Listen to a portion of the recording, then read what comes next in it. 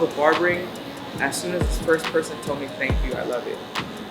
I've been barbering for 17 years, and I say this as humbly as possible. There's not too many things in life that I'm good at, but cutting hair is something that I'm good at.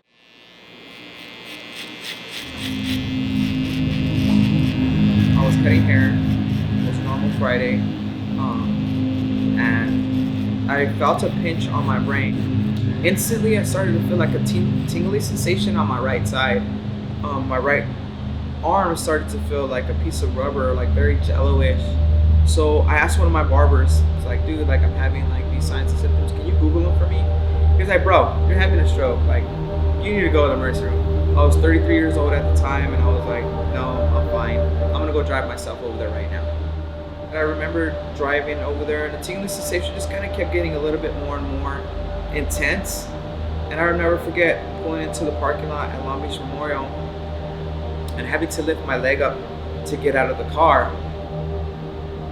As soon as I was done checking in, I was completely paralyzed on my right side.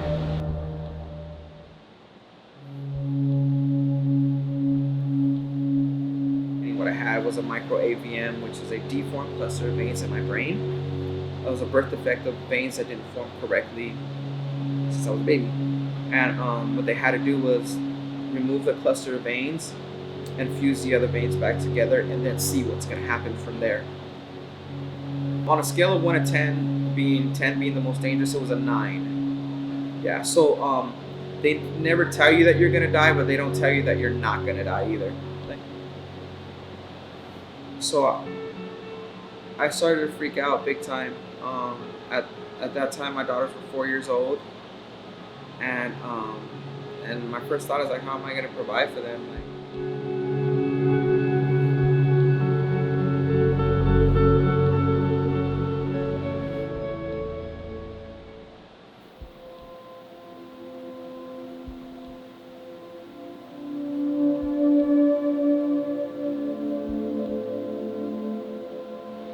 there's not one doctor that said I would ever be able to cut hair again, and it'll take probably years before you will learn how to walk again. And I'm just thinking like, I'm useless. So I got really depressed. I'm not even a depressed kind of person, but like, I was in a funk, and out of nowhere, I had this doctor that came in and looked me dead in the face and says, you're gonna get better as soon as you want to get better. And it shook my world. The one person gave me hope for the first time. From that day forward, I started to learn how to walk. Just be careful.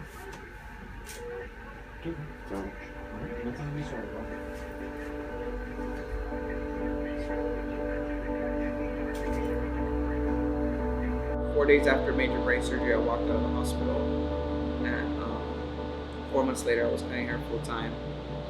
And nobody could explain how my veins regenerated so fast.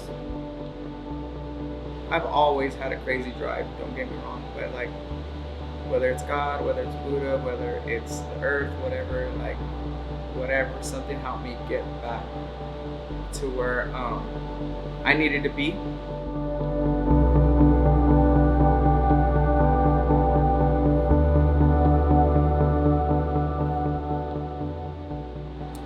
After getting the ability to do what I love again, I kind of felt like I owed somebody something back. Like, I always grew up in church, and I feel God saved my life. Like, He spared me for some reason. So like, I just feel like I had to do something.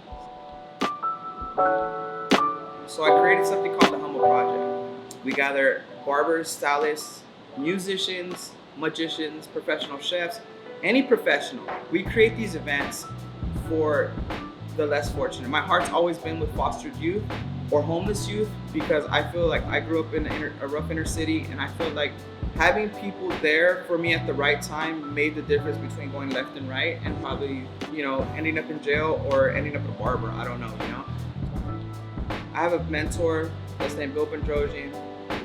He's the CEO of a nonprofit called Covenant House, California, which is a homeless shelter for teens 18 to 24.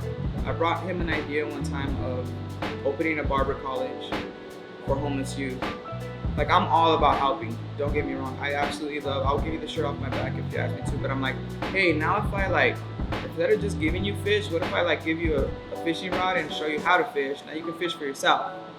So I thought like, hey, why don't we open a barber college and like help these youth out? Like, you know.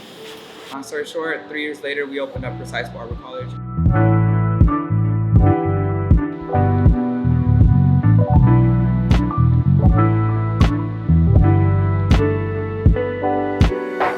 Started to get students, and we went from literally like 2 students to maybe about 16 to 19 enrolled at one time, which was, I know it might not be a lot for people, but for us, it's like we're ground up, you know. And we officially had 2 homeless youth go through our program, graduate, and now are waiting for state board exam dates.